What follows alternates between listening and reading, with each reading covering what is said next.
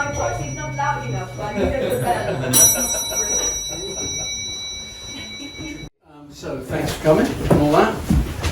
This is Jon Bird, artist, theorist and specialist in the work of Golub and Nancy Spero.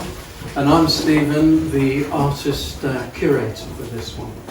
So I'm going to start off telling you about how the thing was conceived and about a talk that I went to, and then I'll discuss three juxtapositions that I think are sort of give you the best insight into the whole show generally. And then Jon Bird will discuss the work of Golub and Spero.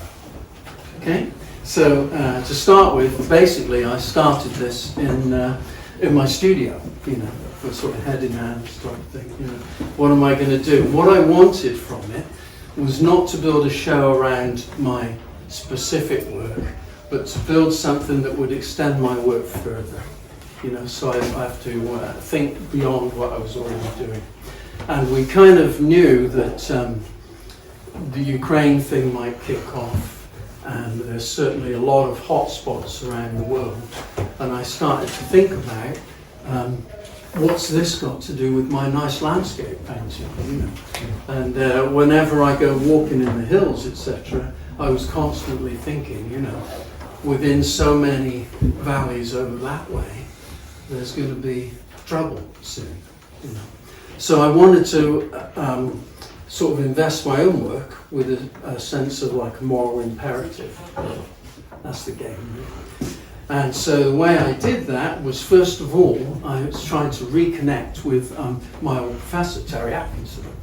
And to do that, I went to a talk that he and T.J. Clark gave in Norwich, Josie Gallery, Norwich.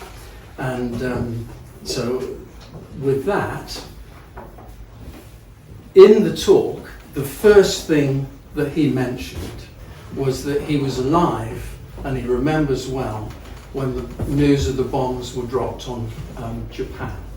So this sort of stuck in my mind, and I'll leave you with that while I'm going to read some of the text just straight out because it's the easiest thing to do.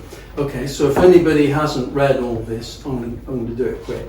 Okay, so art's ugly, right? Golub said during a lecture in which he and Nancy Spero humorously questioned the audience concerning assumptions of the beautiful in the context of their directly violent imagery. The problematic relationship between aesthetics, violence and attendant trauma, and that was very important. I'm going to pause halfway through each sentence. That was very important because what I find in trying to get young artists to participate in this is that most of them had a kind of cut-off point. You know, we're not dealing with aesthetics and violence. We now deal with building communities and dealing with trauma. So I deliberately then joined, you know, in terms of education, I joined from aesthetics of violence to attendant trauma that meant that you had to deal with this sort of fallout from all these wars, you know, the endless sort of cycle of refugees, the endless cycle of trauma, you know. So I tried to join this together quite deliberately. The exhibition is structured around a series of questions, and it starts with what strategies might be adopted to understand an aesthetics of violence today in our post-Cold War era. Okay, so that one I'm going to answer with Terry Atkinson in a moment.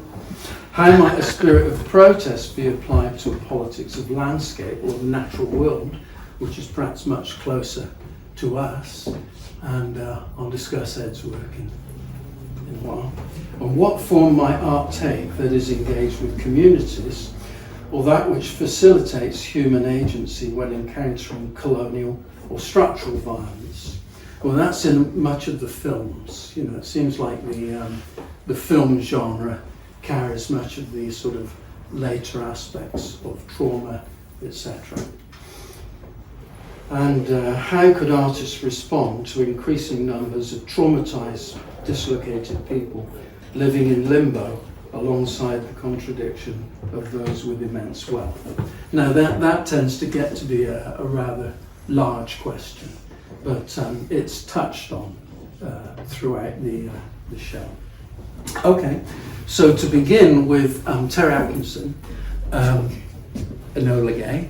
It's called the Yellow Styrofoam Enola Gay 1991. And basically what Terry does is he describes himself as a history recording artist, and his work is all about his life. You know, it's all about when he was 13 this happened, when he was 12 this happened, when he was 30 that happened, and they're all sort of momentous political occasions. So the Enola Gay is this painting. It starts off with the flat base there, which is makes reference to Washington's Say colour field painting. There's purest examples of pure abstract colour, non-referential work, and then interjects into that this sort of insidious image of the Enola Gay, the bomb that dropped the plane that dropped the bombs on Hiroshima and started then a new world. Terry describes that. He said he knew when he was 12 or something, or 8, that the world had changed at that point. So what this does is it reveals the sort of contradiction of a culture that creatively produces a purist and closed production of art, but it also carries this sort of harbinger of a what do I describe it as? Military-industrial complex. Okay, so the two aspects of his life that he considers to be momentous is the Russian Civil War and the American Civil War.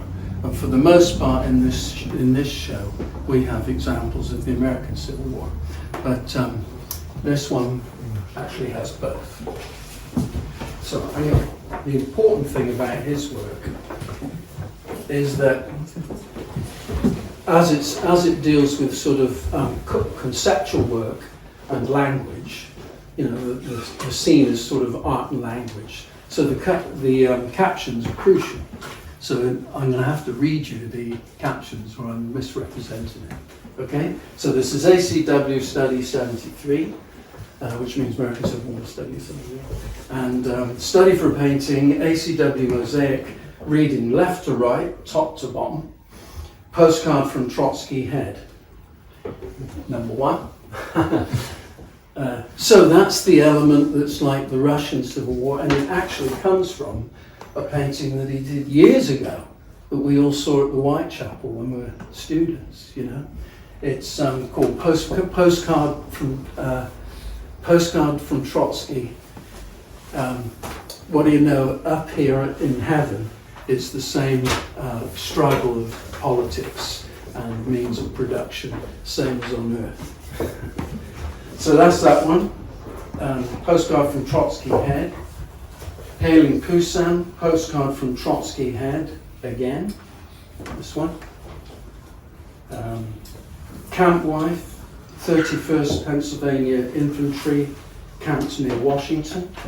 So basically what this shows you, it's a kind of memorabilia of American Civil War, but it shows you what the production is entailed when war is produced. And all of his work is like that. It always exposes, you know, not just an image of warfare, but what is the production and the context of it. Yeah. So that's a Confederate $5 bill. This, I think, is a taxidermied figure, a prosthetic, a forage cap, a black-faced, powder black infantryman. Don't know that one. Striving infantryman. And the key image for this juxtaposition is Harriet Tubman.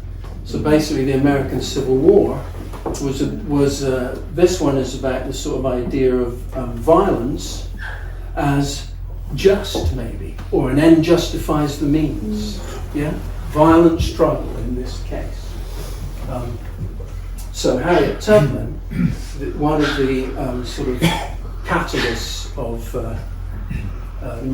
the abolition and the initiator of the Underground Railroad, which sort of transported slaves from the south through to the north. The American Civil War being declared by Lincoln as the aim was to abolish slavery. So I juxtapose this with the current work of Joy Gregory. This is called Mother, from the Descendants series.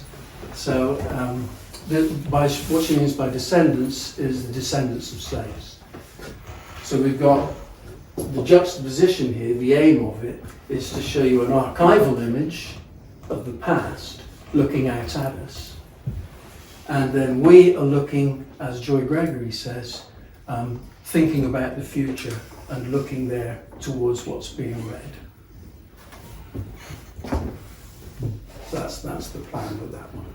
Now the other Terry Atkinson image is in the next room actually, but I'm just going to tell you about it. And again, I've got to start with the caption or it'll be missed. ACW 49, mounted American Civil War bust with Goyer-esque time traveller, who, or should it be which, arrives on a three-legged stool in a landscape near Antietam. Okay, so what we've got there is this strange Goyer-esque. Now Goyer is a sort of major figure in all of his work. So the Goyer-esque, which actually has a medieval origin, is there as a kind of time traveller which I've placed over there deliberately so that it flickers into the sort of derelict landscape of the aftermath of war. And then it's juxtaposed with Caroline Bergvall's Refugio text work and Mieke Baal's heartfelt sort of rendering and film about a lady called Eleanor whose son had become a refugee. And she actually lives, or lived, she died just very recently, on the top of a hilltop farm in Romania. So it was at the time, or some would have left at the time when the Bosnian War was on, and all the young people went. So her account there, in terms of what method does the artist use, it's Mieke removes herself and allows Eleanor to speak freely. And it's an extraordinary exposition of how she feels, her religious convictions, the sense of, and yet it's surrounded with a lovely, incredible, picturesque environment. And they work this farm, and it's only just managed to eke out a living, as old people. Okay, so that deals with that. Moving along, I'd like to get your attention to Nancy Spero's Torture in Chile. Now, thinking about Nancy Spero, I read a fair bit of how she describes her work, and running through it, the word that really kind of stuck in my mind was exorcism. Right? She says that she was referring actually to helicopter imageries from Vietnam, which are sucking in people and spewing people out, etc., as this kind of fantastical animated image. Here we have torture of women in Chile, and it's just this kind of chilling. So you might say her feeling towards this could be, again, in terms of the process of her actually making, could well be an exorcism, where she actually puts herself out on the canvas, into the print, etc., as a way of dealing with stuff, Now from there, I did get a bit more theoretical, to be honest, and And I started thinking about exorcism, the use of that term, started thinking about the concept of evil. Now, they are both Jewish, so the immediate thing I thought of was the banality of evil. But I've also been looking more closely at the symbolism of evil with Paul Ricoeur. Now, to get to that, I'm trying to like guide this to a slight kind of point now, rather than me bring all of these things together in a kind of mishmash. There are certain things that became picked out. One of them is a lot of the artists were thinking about religious or sacred imagery. So to give that a bit of a context, this is T.J. Clarke. The renewed relevance of religious concepts, such as good and evil in our post-secular era, has been highlighted by T.J. Clarke in his book, Heaven on Earth, Painting in the Life to Come. The book explores religious medieval painting as precedent to the bizarre politics of our era. He writes, "We live in an age of revived, intensified religion and of wars in which once again God's will is invoked to deadly effect." Okay, so a lot of the hotspots around the world, as we know, are sort of fairly extreme religious groups. And I've started to think about, well, why is this, And I feel what I've got from Ricoeur is that the whole language of the sacred has been kind of removed from certainly many left debates. Okay. Now, so we need to compare that one with Steph Goodger's, which is based on a medieval painting called Chaldon Doom. And Chaldon Doom's near the M25 somewhere. Yeah.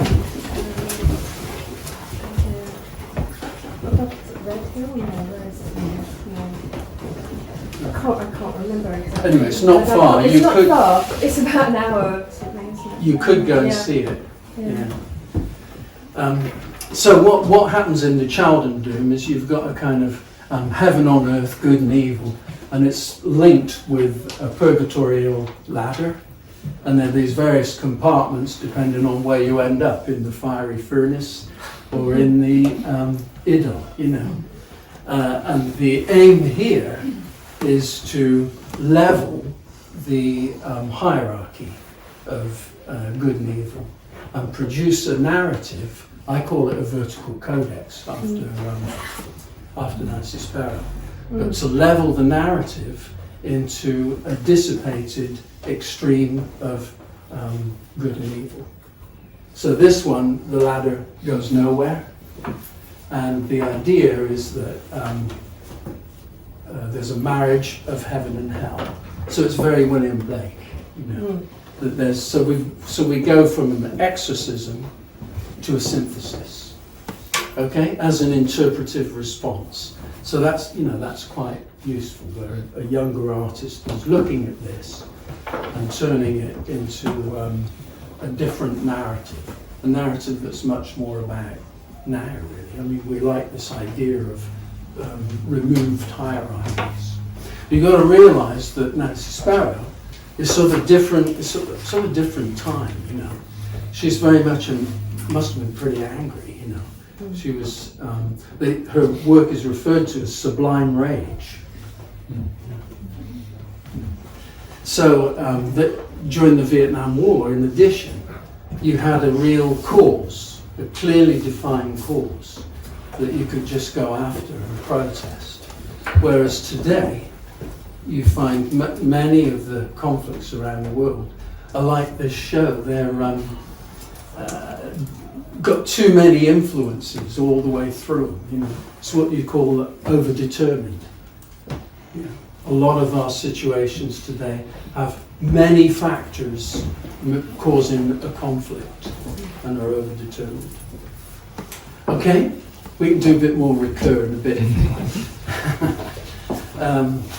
So now I'd like to move to, well, actually, I'm going to go for Michelle Williams Gamaker's The Silver Wave, because although I placed her work at the beginning as a kind of annex, it very much fits in with the aesthetic approach of the text, the sound work, the use of voice. Yeah, in that case, it's a diary of Ada Blackjack, an Inupiat woman, a Native American from Alaska, who in the sort of turn of the century went out with a group of 4 explorers to Wrangel Island, where they all wanted to claim it for the British Empire, and she was their cook. She was the only survivor, and the text and her voice, or her voice is reproduced by a more recent, by a living woman. If anything happened to me and my death is known, there is a black strap for Bennett's schoolbook bag, for my only son.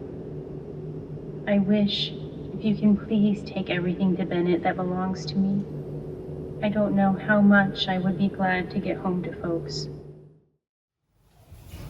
Gives you this strong sort of sense of all of her feelings and all of her anxiety, and the reason that she's there is to support her son Bennett. Okay, now I'm going to have to read this or I'll get it all wrong. The Silver Wave 2020 is a mesmerizing film about a woman named Ada. Its rhythm, pace, and hum of museum air conditioning contribute to an atmosphere of a vast frozen landscape. Michelle Williams Gamaker describes the storyline of her film, Ada's story. Ada Blackjack, an Inupiat woman from Nome, Alaska, is one of survival at all costs. Accompanying the explorers to Wrangel Island, she went against her better judgment, but because she needed money to care for her son Bennett, using a collection of Alaskan children's toys, a canoe, figures in sealskins, and are animated so that they cease to be museum objects and regain their personal lyrical value. Gamaker says her work aims to regain a sense of agency for Ada in the context of colonial violence. We hear Ada's voice and feel her exploitative situation, yet her honesty, directness, and eloquent persistence are moving and drive empathy in the viewer. So basically, her kind of language that isn't, you might say it would be derogatory to say broken English, but it's actually it's fragmented, but it expresses her feelings incredibly well, with incredible precision. So that's that bit. We're going to have to go upstairs. No, we're not leaving. We're not leaving. I'm going to have you go upstairs in terms of imagination. Okay. So up there is a kind of a slightly different game. Like here, there's a lot of like text works, and a lot of the narrative really starts off here. When we get upstairs, you look down the end, and there's a 1960 painting by Golub, Napalm Head. So again, you immediately you get this kind of directness and thump and graphic precision of that kind of direct approach to expressing violence. Anyway, directly below it, we go back to the sort of religious theme. And Rosa Nugent's work is based on Buddhism. The Buddha mind, and I refer to the Buddha mind in American art, which is in contemporary art, which is Mary Jane Jacobs' sort of curatorial position. But Rosa's work, basically they're burned out husks of plants that are dipped in porcelain and then cooked up. And she says the transformation is the same sort of transformation of the famous portrait of the Buddhist monk from 1963 engulfed in flames as a protest against the puppet government in Saigon. Do you know the image I mean? Yep. Yeah, okay. So that is a sort of real sort of strong moment. And her burned out husks, the idea of a Buddhist monk taking the troubles of the world onto himself, is invested in her works. Okay? So I think now I should duck out for a bit and let Jon talk. Is that okay? Yes. Yes. Thank you. You can have you can have all the questions afterwards, like a what is. Sure. Yeah, okay. I can remember probably 40 years ago going with Leon Golub and Terry Atkinson in the archive of the Imperial War Museum and going and looking at work. And it's one of those sort of things where you think at the time, I wish I'd had a tape recorder with me, because it was the most fascinating conversation, because to some extent they shared an interest in the representations of violence and the effects of violence upon the body. But they also had really quite profound differences, which meant that their discussion about various images was really very engaged, very fruitful. But I'm here to talk about Leon Golub and Nancy Spero. I had a working relationship with them that lasted for 30 years. I first met them when, with colleagues at Middlesex University, we published a journal called Vlog, which was a journal of visual culture. It only ran to 15 issues over 10 years, but it kind of punched above its weight. It had quite an impact. And Leon Golub read one of the pieces that I had written in that, and it was about, in fact, the artists of the Great War, the First World War, the official artist scheme, some of the artists there. And because of his interest, and a mutual friend, an American feminist art historian called Carol Duncan, he wrote to me, and we started corresponding. And at that time, he hadn't had a show in London for 25 years. And I knew Sandy Nairn, who was the director of art at the ICA, and we got into conversation. And Leon had a show at the ICA in 1982. And he came over with Nancy Spero.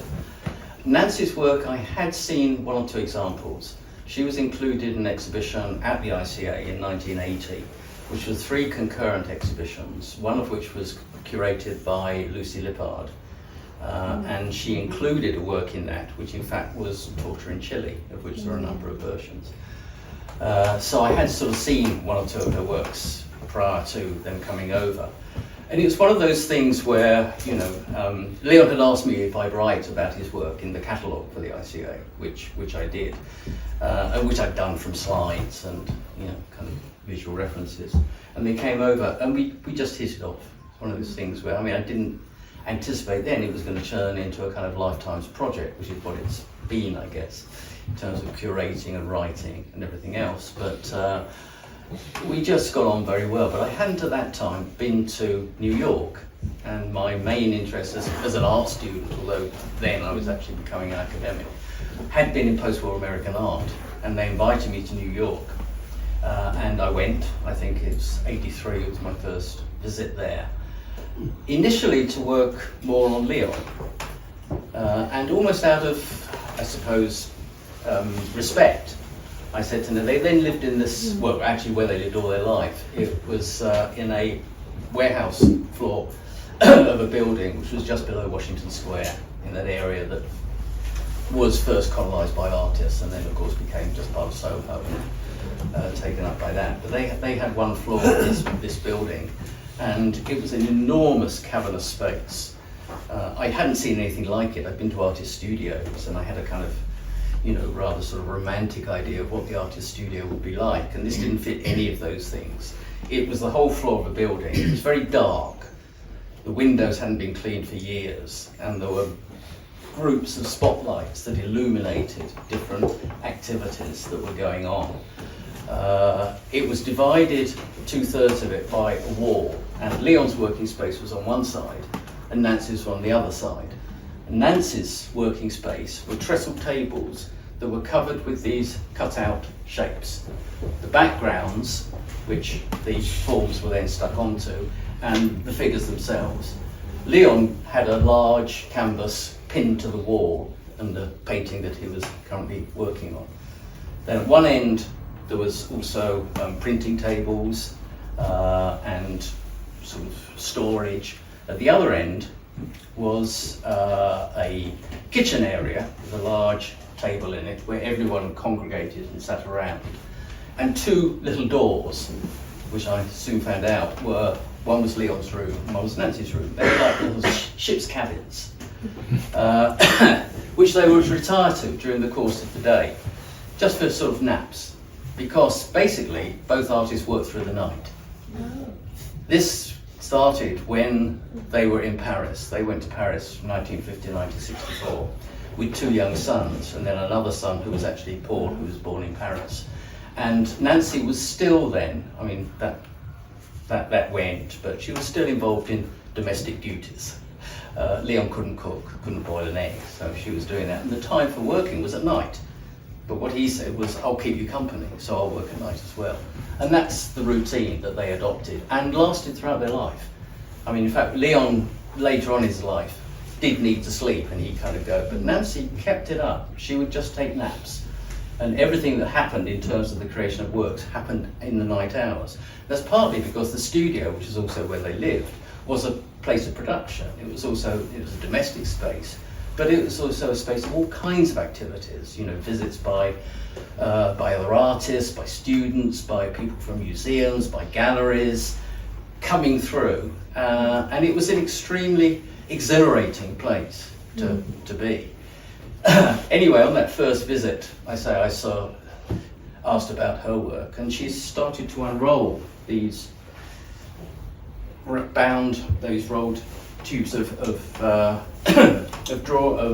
scrolls that were sheets of paper, Japanese or Korean handmade paper, that was stuck together and just went on and on and on. So they'd been rolled around this cardboard tube, and she just unrolled it, and these things just went across the floor. And I hadn't seen anything like it. I mean, I see things of points of reference, which she made herself, things like tapestries, Chinese and Japanese scrolls, those kinds of points. But in terms of contemporary practice, I hadn't seen anything like it. And that gave me the idea that I very much wanted to do a show of her work as well. So that was the first kind of point of contact. By that time, which I say was in the 80s, they had changed the kinds of interests that they had, although certain things persisted. I mean, the two works that are here, the two works by Spero, are kind of fairly early works. So the one on the right, which is Torture in Chile, or a version of Torture in Chile, this is before she started having the zinc plates made up that she used to print her figures. So she made that using wooden alphabets, which she would just ink up a letter and print, ink up a letter and print. That one actually is dated, I think, from early 70s to the 80s, because she added the figure, the running figure, which was one of her standard, she called them hieroglyphs. She added that at a later point. But the text comes from Amnesty International accounts of the torture of women. I think that particular group of works relate to the torture of women in Pinochet's period. The one on the left relates more to Vietnamese period of work. They met, I'll go back slightly. Golub was born in 1922 in Chicago. Nancy Spero was born in 1926 in Cleveland, Ohio. Golub went initially to the University of Chicago as a kind of art history major, studied there, and then that was interrupted by the war. And after the war, rather than continue academic studies, he decided he wanted to pursue an art career and went to the School of the Art Institute of Chicago on the GI Bill. Nancy had moved with her parents from Cleveland, Ohio to Chicago. She also started off in university studying chemistry, for all things, in Colorado. She went away to Colorado, but after a year gave up with that, came back to Chicago, and also went to the Art Institute. So they were both there in the period of kind of 1949, 48, 49 through to 1950. And they met at the School of the Art Institute of Chicago. And she's talked about it's been a kind of extraordinary working environment. She said that she found herself going there. I mean, knowing Nancy and knowing the kind of student she was, I think she must have been an absolute nightmare to teach. She was never on time. She followed her own path. She took from the tutorial staff just what she felt she needed and ignored the rest. Leon was, right from the start, very actively involved in student politics. He was an older student, because after the war on the GI Bill, but there were quite a lot of older students there. And so it was a very stimulating, creative and political environment. He was involved in organising various exhibitions. And they came together. Nancy then had a year in Paris in 1950 rather. She spent a year there studying at various print ateliers. Came back to Chicago, and they married in 1951. The thing about the two of them, and this is what I guess I've discovered over the years of, I mean, I've curated major exhibitions of them, I've written books on them, I've done articles on them, catalogue essays, and I kind of became one of the family. They were very generous over the years, so I have a big collection of work by both of them, of which these are, two, and Leon's painting upstairs. But they always talked, they had an ongoing conversation which lasted over 50 years.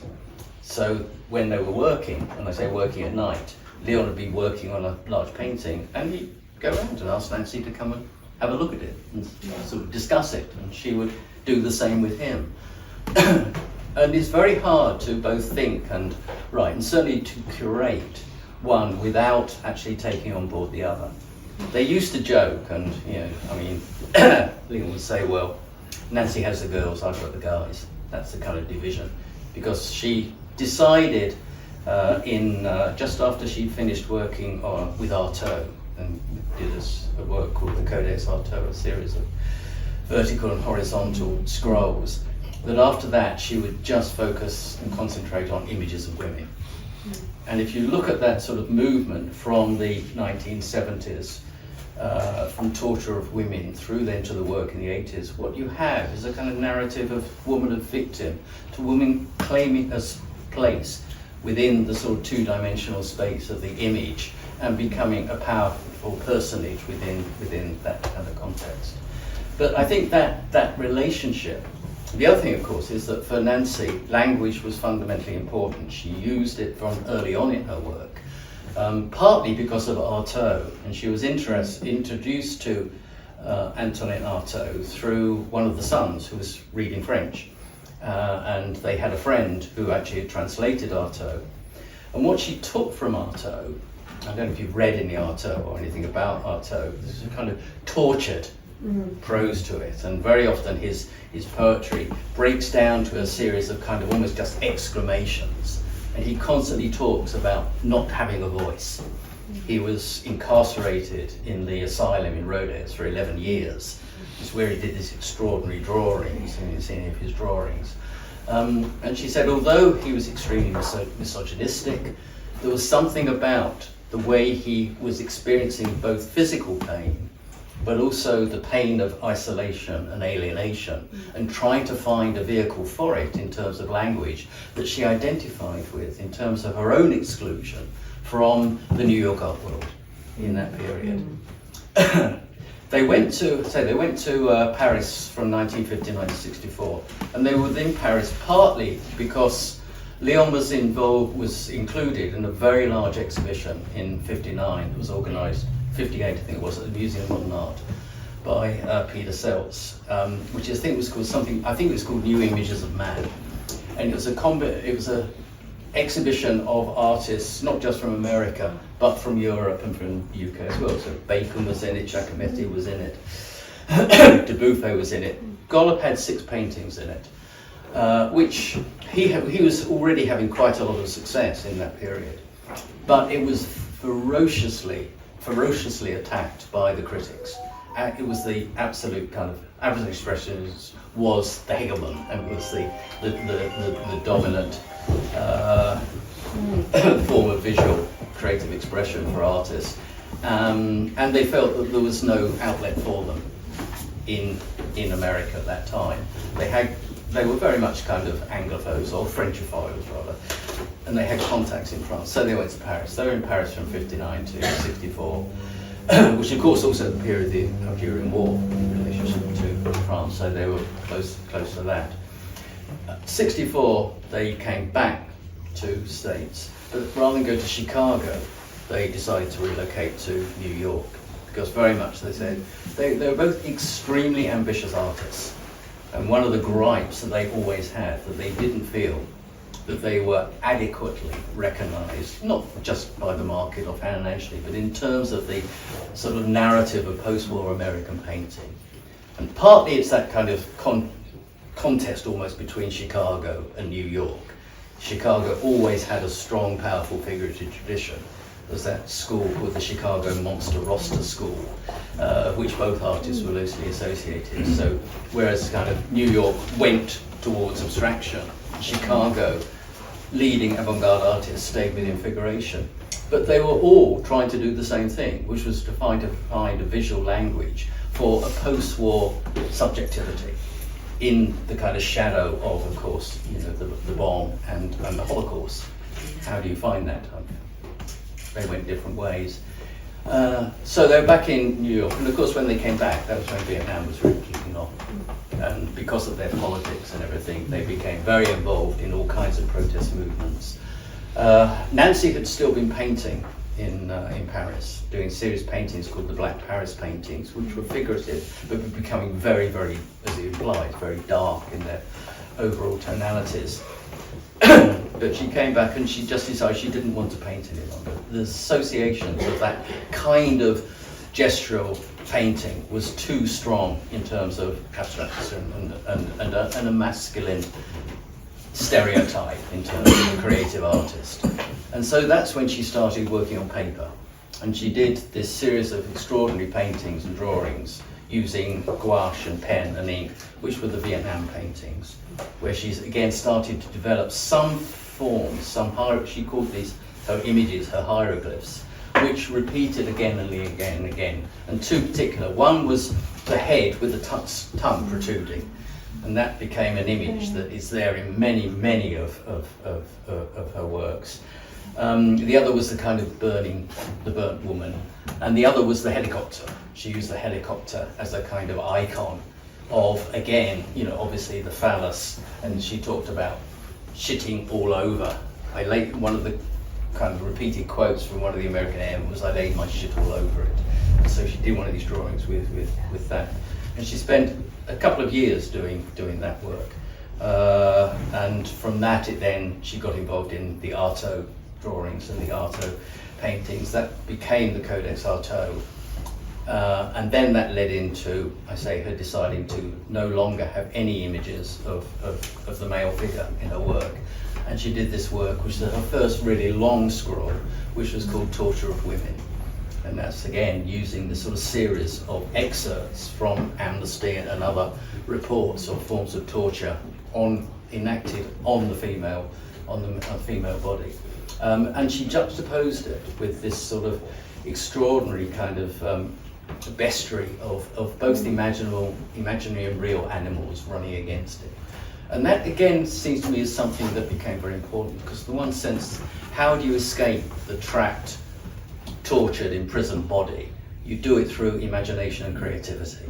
And I think that in a way was what she was doing with this this relationship between text and image. As she moved into the 80s, she stopped using text, and that actually only reoccurred. But of course, with Golub's work, which was following a slightly different path. But what he was working on was these vast, great images of male power. They started off being influenced and derived from the friezes of classical columns and classical buildings. They spent a year in Italy, which is when they visited Naples, they went to Pompeii, they went to Herculaneum, and he took the kind of the endless universal conflict between the gods and men as a kind of signifier of endless conflict and this opposition. He did these huge paintings called gigantomatches, sort of semi-abstracted figures. But then, and started those actually when they're in Paris. But then he after doing 5 of these, and we're talking very large canvases, he stopped and did these 3 enormous Vietnam paintings, which did 3 paintings over 2-3 years. But the largest is in the Tate, Vietnam 2, and it's 40 feet long. And what you get is increasingly specific visual descriptions of the figures in them. So they identifiably become troops, they become mercenaries. And these then led into what I guess he became best known for, which is in the 1980s and 90s, which is the images of interrogation, torture, and riots. But the thing about Leon's work is in a way the ordinariness of the figures that are depicted in the context of the horror of the actions that they are pursuing. And I think one of the things that both artists does have in common is their relationship to the viewer, to demand upon the viewer, or from the viewer, to some extent take a kind of, not a moral position, but to consider the ethics of looking in relationship to depictions of torture, of oppression, of violence against the body. Because with Golub's work, particularly these figures, they're everyman. They're not monsters. They're not the kind of characters out of horror movies or even out of kind of war films. He asked the question of, well, what would you do if you were in this situation? If someone was threatening your family, your children, and they said, actually, you do this or they're gone, what choice would you make? And I think they're very complex and subtle in the way in which they do that. So that's something that obviously why they fit into the context of this exhibition. I mean, there's certainly not, I do often wonder what kind of work they would be doing now. I mean, what in terms of Trump's America would Nancy Spero and Leon Golub be making? Whatever it would be, I think it would be powerful and effective. Thank you. Thank you, Jon.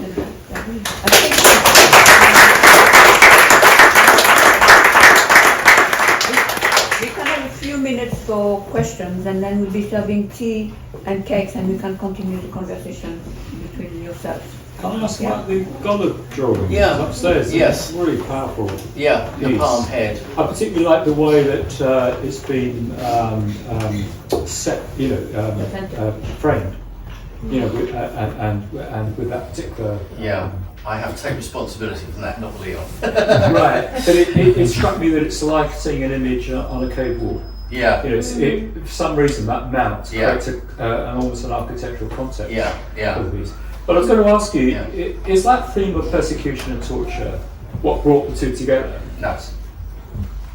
So what is it? Was it politics that brought the two together? No, I mean, what Nancy used to say is that Leon was a very powerful presence in the Art Institute because of his, he was older than a lot of the other students anyway. He'd had the experience of the war. He was actually he was a photographer in planes that were going out over any territory and taking photographs, aerial photographs. But he had always, from when he was young, he had always been involved in various kinds of political movements and actions, and he continued that there. And they said when she went to the Institute, it was that energy and that immediate, not even a kind of questioning of the sort of politics of representation, but the representation was political, and you couldn't avoid that. And that's, I think, was the initial thing. But this was before either of them had started to get anywhere near developing what we call a signature style. Nancy hadn't even sort of determined which way she was going to go, and Leon was sort of, was still very much in the throes of working that out. So I think it was that. I think it's a kind of force of personality. She just fancied him. I guess it was something like that. There's a question down there. Yes, hi. I had a question related to Nancy's decision to take men out of the frame. How did Nancy talk about that? Was it a form of erasure, censorship, reparation? I think it's partly. I mean, if you try and well, it's hard now to do it. But if you think of what the context of being a woman artist in New York, you know, in that period, that there was very little outlet, but there were your colleagues, you know, the other artists. In fact, Nancy was one of the founder members of the AIR Gallery, the Artists in Residence Gallery, which was founded in 71, 72, and that was the first women's collective. So they actually established not just a place for discussion and meeting, but somewhere where they could exhibit. And in fact, she exhibited her works, and her first scrolls were just literally pinned up on the wall from that period, right well into the 80s, until she, you know, various other galleries, you know, took up her work. But I think it was that. And I mean, I think also they often talked about the experience of having 3 sons at the period of Vietnam, you know, and 2 of them certainly could have been called up. Paul was too young, but again, that's sort of that experience. But she's I mean, I've known other kind of artist couples, and their careers sort of tended to do that. I mean, Leon certainly early on had an enormous amount of tension, then it sort of faded off. Then Nancy had a bit, but she didn't really start to have the kind of critical, curatorial, market interest until sort of well into the late 80s, actually. And the show that I did at the ICA, which was in 1987, was her first kind of retrospective. And then after that, she went back and she had 3 shows immediately afterwards in New York, and that then started to accelerate that side, that aspect of exposure to a different audience.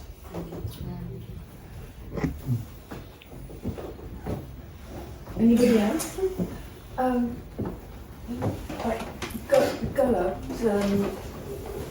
tearing of the, because that's the thing I find really exciting about the way that they're, you know, they're just the torn pieces and they're just thrown on the wall in a way that I'm kind of jealous of. I wish I'd done that. I wouldn't describe him as doing that. Okay, is it they're sort of torn and then just sort of there seems to be is the tearing come before the painting, or does he? I mean, I was wondering how he considers. Well, in the very large works, there are in 8 sections of the canvas which are removed. That's okay, removed. To me, they look like they've been kind of like rough and you know pulled apart. And well, he did kind of rework physical things, and so sometimes he would rework, and a figure from one image, if it wasn't working in his composition, would be taken out and pasted into another one. So there's that. But the deliberate removal of sections of the canvas, which you get very clearly with certainly with the 3 Vietnam paintings. Yeah. The one at the tape particularly has got a whole chunk. Partly it looks like an armoured vehicle. Partly it also is a way of interrupting the regularity of the enclosing rectangular frame. It's a way of opening it up to a different space. I mean, I've written about it as being rather like a kind of anamorphic cut through. I mean, if you think of the famous Holbein ambassadors, what the skull does when it comes into focus as you move in relationship to it, and how that affects your reading the overall image, is something like that with these forms being cut out. And the other thing that he did then from that is, if you look at the those great paintings, the mercenaries and things of the 1980s, they're cut off at the knee or the foot, which is another way of making the figure imaginatively enter your space, or we enter the space of the figure. Interesting. You mentioned the you know what were they made of Trump and all what's going on at the moment, Ukraine and everything. But I mean, it's a really good time to have a show of both those people. Are you planning one? Are you organising one? Well, I did. A big major show. Both of them. There was one of both of them at the Tate in 2022, 2023, 24. It was a display of them. It was from the collection that I've got eventually will go to Tate. I mean, gifted it to them, so it'll be there eventually. I'd like to interject. So there's also a Chicago connection with myself. I was at the School of the Art Institute and attended the lectures of Pham and Nancy, and that's where the title comes from. But basically, they were everywhere. You know, where I later lived in Baltimore, Washington, And there was a retrospective here, there's one there, and they'd be doing a lecture here, there, and they actually came to my openings, you know. But what was really fab about it is that they were always part of the culture of younger artists. And one of the reasons that we were able to do this, and they're not just imitate, is because part of the mission statement, well, partly because of John and Danielle, but also the mission statement of their foundation is that the purpose of their work was to continue to support younger artists. Hence, we've got this cross-generational show with them as part of it. You've got one question. Yeah. Related to this might be a too long question, is that how did you find all these particular pieces of works for the exhibition? What about the selection process? I'll tell you a story. I'll tell you a good story. So Terry Atkinson, whose seminars we attended years ago, myself and Peter, he's very hard to approach because he has very short shrift with anyone who doesn't know all about work and isn't like seriously engaged. So what I did is I went to his talk with him and T.J. Clark, and then I wrote an essay about it for the New Art Examiner magazine, which is also a Chicago-based thing. And following that, he's like, oh, okay. So then I was able to go and see him. And then, like Nancy Spero and Golub, he's immediately ready to support younger artists, And I could just go up and see him, chat with him, go to the CAF, and basically these were at Josie Gallery, and I could choose which ones I wanted to use. But actually, I went and got this one from his stores.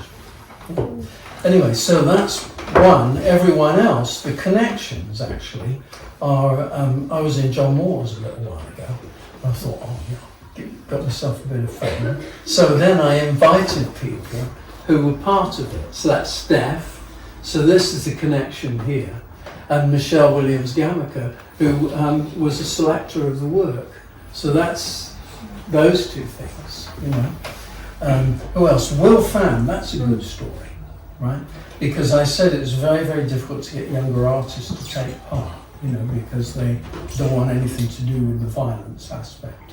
Well, what I did with him is his work is social practice, and the film upstairs is all about the Vietnamese mental health service that is now in the process of being dissolved and moved into the general NHS. But when I approached him, I thought, wow, they're all ignoring me. I'm going to have to do something a bit unusual. And what I said is, I've understood the Vietnam War from the fallout from the other side. So when we lived in Washington, there were many Vietnam veterans. My brother-in-law was one. So I used to hang with all these guys on the Harley Davidsons, the pink Studebaker, drink like hell, And one event was we all went out to this, they didn't tell me where we were going, we were going plinking. So we went out to this, already drinking, 9 o'clock, off we went. And I said, what are all the guns in the back for? This isn't a heist, is it? And they said, you'll see. And we got to the destination, which was the Irish pub first. And then they had all these cans, empty cans of beer, empty cans. That we went to this derelict site and set up all the cans on top of old cars, derelict this, derelict that. And then they all stood there drinking and shooting, So this, and what I said, non-stop, it was all day. The plinking is the sound it makes.